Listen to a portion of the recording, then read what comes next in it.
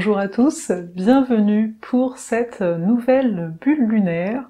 Comme vous le voyez, je suis revenue au Québec, donc là vous allez avoir le droit au chapitre, etc. comme d'habitude. Donc voilà pour ça, mais pour commencer, je vais vous donner quelques petites informations. Donc c'est le Flash Info, comme d'habitude.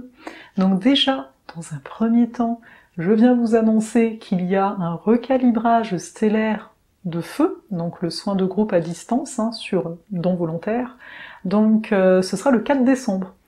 Donc c'est ça, déjà, cette chose-là qui est importante, vu que c'est quand même bientôt. Ce sera vraiment un soin qui va venir nous aider à laisser émerger la nouvelle vision qui est à l'intérieur de nous, de vraiment la manifester et de dépasser réellement d'anciennes croyances qui peuvent encore nous maintenir ou nous contenir.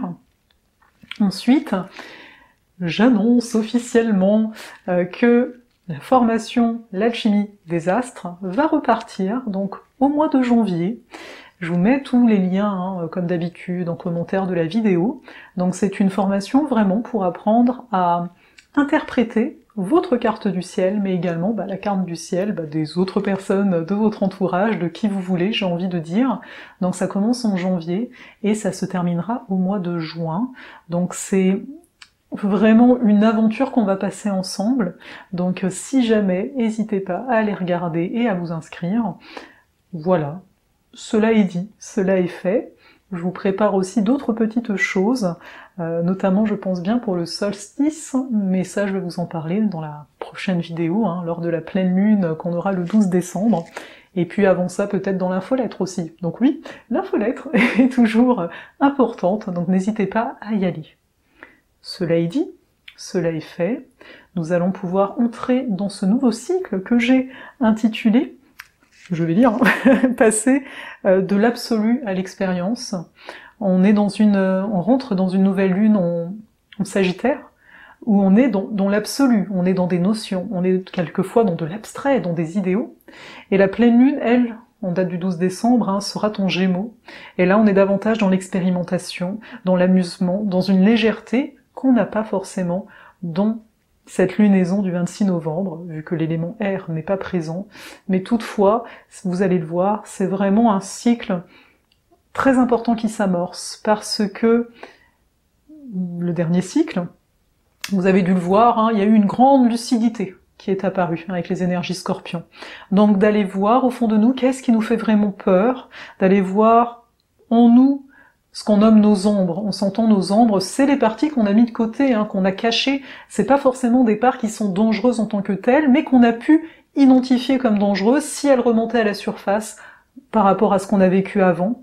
Et là, avec cette nouvelle lune, on va être à même de manifester et de se laisser porter si on accepte de ne pas contrôler. Donc c'est tout un programme qu'on va commencer dès maintenant avec le premier chapitre.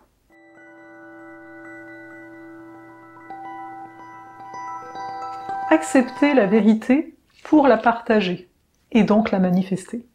Donc c'est le nom de ce premier chapitre. Ici, dans la carte, d'ailleurs je vais un petit peu me pousser, histoire que la carte ne me coupe pas trop, voilà, ce sera sans doute un peu mieux. Donc dans la carte, on voit, nous avons le soleil et la lune, ici, en Sagittaire, qui paraissent un petit peu tout seuls comme ça, mais pas tant, en fait. Il y a ce qu'on appelle un quinquance à Uranus. Un quinquance, c'est 150 degrés entre deux planètes. Mais donc, dans un premier temps, on va se parler du soleil-lune en Sagittaire.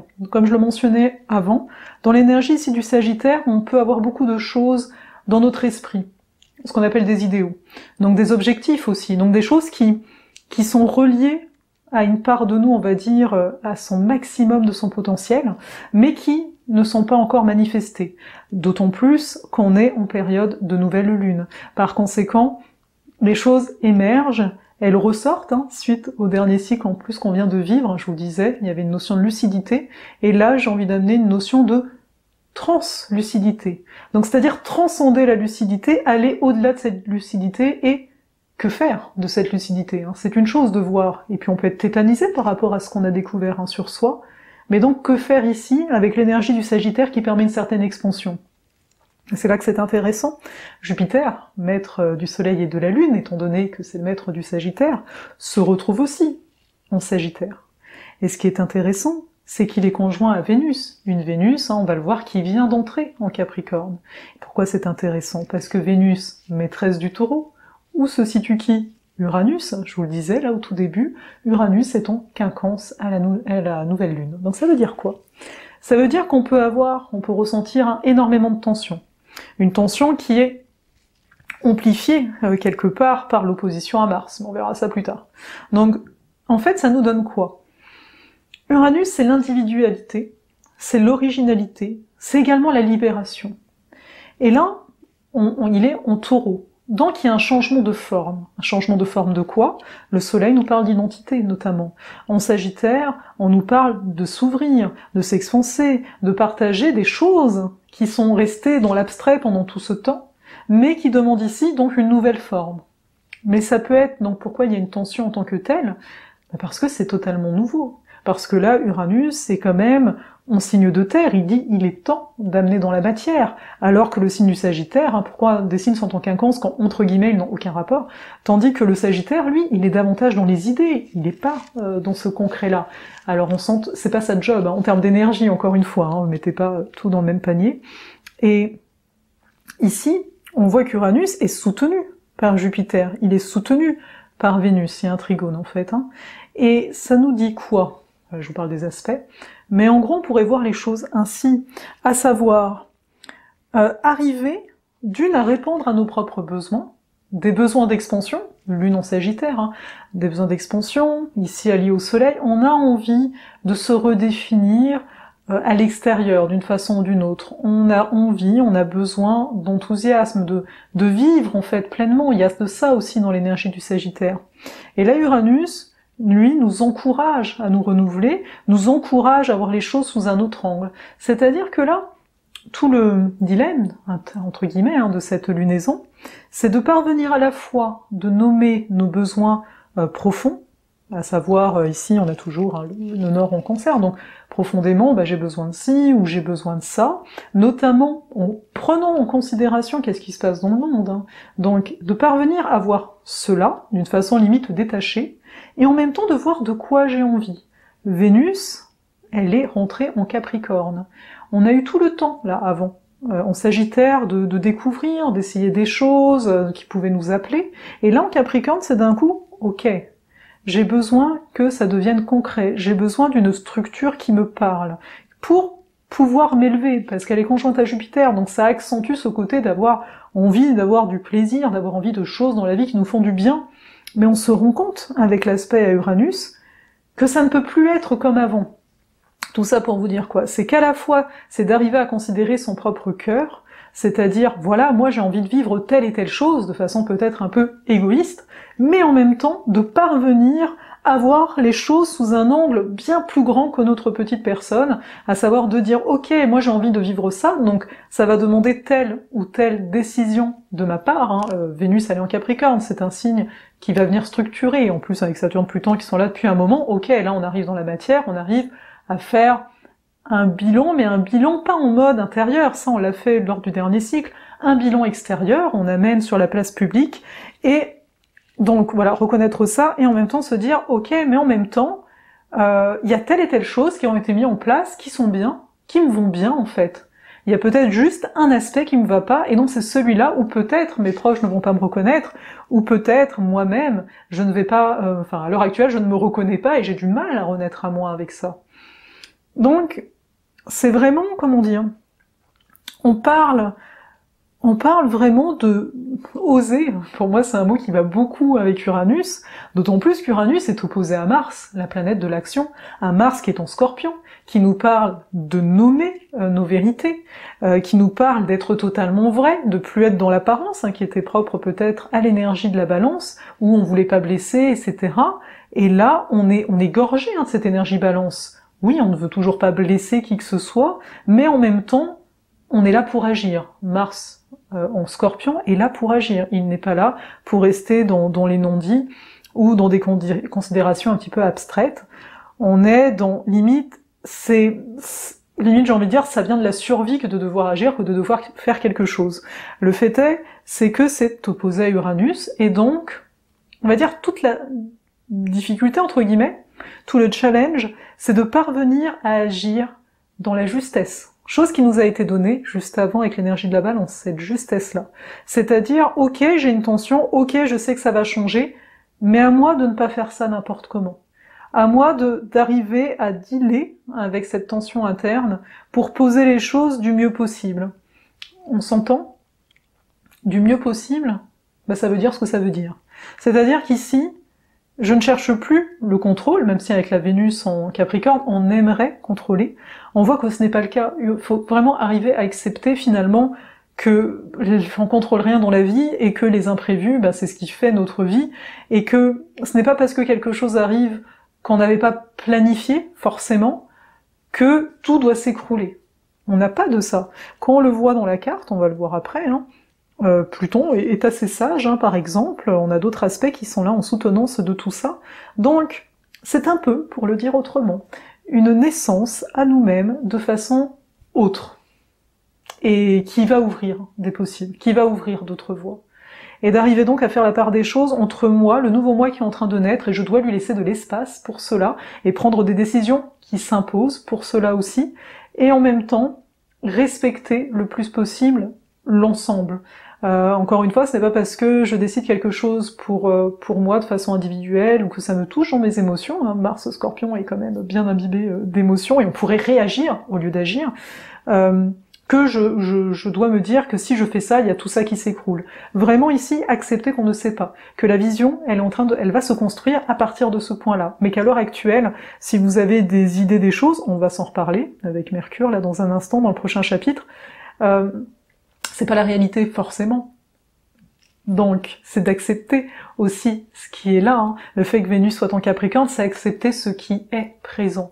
Et le Capricorne n'a aucune ruse, j'ai envie de dire. C'est les choses sont comme ça. C'est pas bien ou... Enfin, là, ce serait plus en Sagittaire, le fait de dire est-ce que c'est bien, est-ce que c'est pas bien, est-ce que je suis légitime, est-ce que je suis pas en train de faire n'importe quoi, et c'est pas sérieux, hein, ce que je suis en train de faire là, peut-être que Non.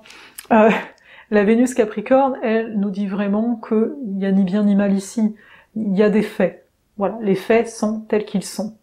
Donc à nous, quelque part, de nous permettre de naître sans plus nous juger, sans plus permettre aux autres également de nous juger, parce que là, avec Uranus, ça montre bien qu'il y a un changement, qu'on le veuille ou pas, qu'il soit compris ou pas. C'est là, c'est présent. C'est juste dans la façon d'agir, comme je le disais, Uranus opposé Mars, on peut être un peu maladroit, on peut être un peu brusque, mais en même temps, c'est de la survie. On en a besoin là de changer véritablement. C'est plus, j'ai envie de dire, c'est plus du luxe. C'est là, il n'y a pas le choix.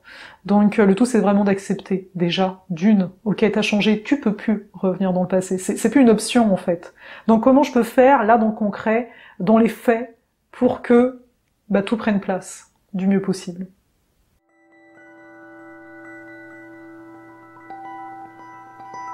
La vérité fait-elle vraiment mal ? C'est un peu une question qu'on pourrait se poser, vous vous en doutez, cela est appuyé sur un peu la phrase qui dit il y a que la vérité qui blesse. Et bien là, en fait, la proposition de la carte, c'est que la vérité, est-ce qu'elle blesse vraiment ? Est-ce qu'elle fait réellement mal ? Ça dépendra toujours de l'autre et de son filtre. Alors ici, on va se parler de Mercure, qui est redevenu direct, qui est également Scorpion, comme Mars, donc qui n'est pas tout seul, qui est soutenu par Saturne en sextile, qui est soutenu, ou qui soutient plutôt le travail de Neptune ici en Poisson. Donc là, on est dans de l'eau et on est dans de la terre. Donc de quoi ça peut bien nous parler ? On a vu, on est en train de changer, il y a des choses qui sont en train d'être amorcées, vraiment différentes de ce qu'on peut attendre. De toute façon, le changement vient de nous ou de l'extérieur, mais dans l'absolu, il vient toujours de nous. Donc vraiment de garder en vue que, même si parfois ça peut paraître totalement étrange de dire ça, mais que finalement ce qui nous arrive d'une façon ou d'une autre est en vibration avec ce qu'on est venu expérimenter. On verra beaucoup plus ça à l'heure de la pleine lune avec l'énergie des Gémeaux, mais il y a de ça ici, c'est de ne pas se comporter en victime. Neptune Poisson pourrait nous donner des idées de ça, mais là, le fait que ce soit bien aspecté à Mercure, ça nous montre à nous de nous dire aussi la vérité. Non, ici, je ne suis pas une victime par rapport à la situation, et le fait de se dire ça, on se réapproprie totalement notre Mars, hein, qui est ici, en tout cas dans l'énergie du Scorpion, à savoir qu'est-ce que je peux faire, qu'est-ce que je peux mettre en place. Et dépendamment des situations de chacun, c'est bien entendu peut-être urgent, d'où l'opposition aussi Mars-Uranus, urgent de faire quelque chose, parce que dangereux véritablement. Quand je dis véritablement, ça pourrait être physique, etc., dans le sens où après il y a des dangers, parce qu'il y a toutes nos peurs. On n'a pas envie, on a peur, des peurs. Et là, en fait, donc, ce Mercure, donc, appuyé par la sagesse ici de Saturne qui dit « tu trouveras les bons mots, tu sauras dire les choses vraies, avec assise », et ça va venir démystifier peut-être cette atmosphère de flou qu'il pouvait y avoir autant par rapport à nous, ou par rapport à une relation, ou par rapport à un groupe, ou par rapport à un projet, enfin vous avez compris le principe. Donc c'est vraiment de voir ici qu'on est aidé, hein, les planètes sont là, après on fait ce qu'on veut avec ces énergies, hein, mais donc elles sont là pour nous aider finalement à accoucher de nous déjà par la parole, pour ensuite accoucher de nous totalement au niveau d'une vie nouvelle. Mais c'est vraiment un aspect de soutien qui fait du bien, sachant que Mercure soutient aussi le nœud nord ici en Cancer. Et donc ça veut bien dire, quelque part, qu'on a besoin de ne plus s'illusionner. Parfois on n'a pas envie, hein. On a envie de rester dans l'illusion, parce que c'est très confortable. Mais ici on nous prouve que non, il est vraiment temps de se dire les choses vraies pour pouvoir prendre soin de nous totalement. Et que, si c'est dans le cas d'une relation, l'autre aussi puisse prendre soin de lui totalement. Et est-ce que ça demande un sacrifice? On pourrait se demander ça, tu sais, je parlais de victime, là, avec le poisson, on pourrait parler de sacrifice, et bien là on nous dit non, il n'y a pas de sacrifice ici, encore une fois c'est une posture de penser que, ok, en fait je sacrifie telle partie de ma vie pour pouvoir vivre l'autre chose, non. Est-ce que la mort est un sacrifice? Non, quand quelqu'un est en train de mourir, on n'est pas en train de dire, il se sacrifie pour je ne sais quoi. Pour renaître, non, on se dit pas ça. Et là, c'est le même principe, c'est d'arriver à dépasser l'illusion de séparation, à savoir que je vis ça, et là je m'apprête à vivre ça, et genre, il n'y a pas de lien, quoi, c'est une séparation, tu perds tout, non, c'est pas ça. Ici, vraiment, dans les énergies, on nous indique quand même fortement de voir les choses le plus possible comme une union, comme un processus, comme une progression, et de pas voir, notamment ici par le biais de la parole, la communication, que les choses qui sont mentionnées ne sont pas définitives, dans le sens, c'est pas parce que je change de ville que je n'ai plus à voir les amis qui étaient dans l'ancienne ville. Bon, c'est un exemple un peu basique, hein, vu comme ça, mais c'est pour vraiment comprendre que même dans une vie, ce n'est pas parce que je quitte un cadre, par exemple, un travail, que je suis totalement séparée des gens que j'appréciais. Peut-être le truc c'était juste j'avais besoin de changer de travail, ou peut-être c'était aussi les gens, mais dans ces cas-là, c'est juste de voir que c'est une continuité, que ce n'est pas le moment où j'ai acté, où j'ai mentionné qu'il y a coupure. Non, ça s'est fait progressivement. Et on peut avoir cette sensation que là, si je décide, c'est même juste décider de quelque chose, eh bien, c'est là que je coupe. Mais non, il y a un processus. Et c'est de nous rappeler ça le plus possible, parce que une chose qui vient, on va dire, englober toutes ces énergies, c'est la foi. La foi que c'est le plus juste pour moi et pour les autres à cet instant donné. Que je ne suis pas en train de détruire quoi que ce soit, mais que je suis en train de naître à moi-même. On s'entend quand l'enfant naît, on va pas dire la mère qui était donc enceinte, donc qui était une femme enceinte, elle n'a pas été détruite, mais non, ça a été dans la continuité, on n'a pas cette sensation-là. Eh bien, c'est la même chose pour nous. On est constamment enceinte de nous-mêmes, mais c'est juste que il y a des moments, c'est surtout là avec Uranus, c'est tellement gros qu'on a l'impression que ça y est, quoi, je change totalement. Je vais vous dire oui, je vais vous dire non, parce que franchement, actuellement, il y a même s'il y a un processus, etc., il y a quand même des grandes parts de nous qui meurent. C'est normal d'avoir un deuil. C'est naturel de pleurer ces parts-là, ou c'est naturel aussi d'avoir ce côté de vouloir s'attacher. Mais comme nous dit Uranus, il n'y a pas à s'attacher à la forme. Que ces parts-là, elles ont été présentes pour nous amener là où on en est. C'est comme un peu, je connais pas les termes techniques, les fusées là, elles ont je sais pas quoi, des moteurs hein, pour se propulser, et une fois qu'elles sont dans l'atmosphère, elles lâchent ces trucs-là. Voilà, c'est un peu le même principe. Donc, je suis pas en train de dire qu'on arrive dans l'espace intersidéral, mais en fait je me rends compte que c'est un peu ce que j'ai dit. Mais ce n'est pas grave, vous avez bien compris, mais voilà, si on est vraiment dans l'espace, on a vraiment la vacuité. Et la vacuité fait peur. Et c'est pour ça qu'on n'a pas envie de lâcher les moteurs, on va dire ça comme ça. Mais il faut bien comprendre qu'on a changé d'atmosphère. Alors, à force de garder ces moteurs, peut-être qu'on va exploser. Et c'est pas ça qu'on veut. Et c'est ça la tension de Mars et d'Uranus. Donc voilà. Il n'y a que 2 chapitres, mais oui, parce que c'est ainsi. Hein. Des fois, les planètes, elles n'ont pas besoin de 3 chapitres. Mais bon, ça, je pense que vous le comprenez. Donc je vais pas vous retenir plus longtemps dans cette vidéo. Je vous invite vraiment à rejoindre l'infolettre pour être tenu au courant des petites nouveautés qui peuvent s'annoncer, mais également pour recevoir la bulle solaire, donc je vous parle des énergies, en 10 minutes à peu près, des énergies pour tout le mois où le soleil est en signe.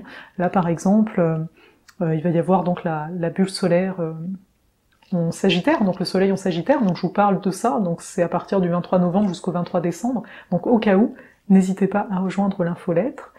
Et puis voilà, peut-être que je vous verrai pour le prochain recalibrage stellaire, peut-être que vous serez présent pour l'alchimie des astres, je ne sais pas, ou peut-être le solstice. Voilà. En tout cas, je vous souhaite une très belle lunaison, et j'en profite à la toute fin. Je remercie en fait tous ceux que j'ai pu rencontrer quand je suis venue en France, donc à Rennes, à Montpellier et à Paris. Ça m'a fait très plaisir de vous rencontrer en personne, pas à travers cette vidéo finalement. Et qui sait, on recommencera peut-être en 2020. À suivre. Prenez soin de vous.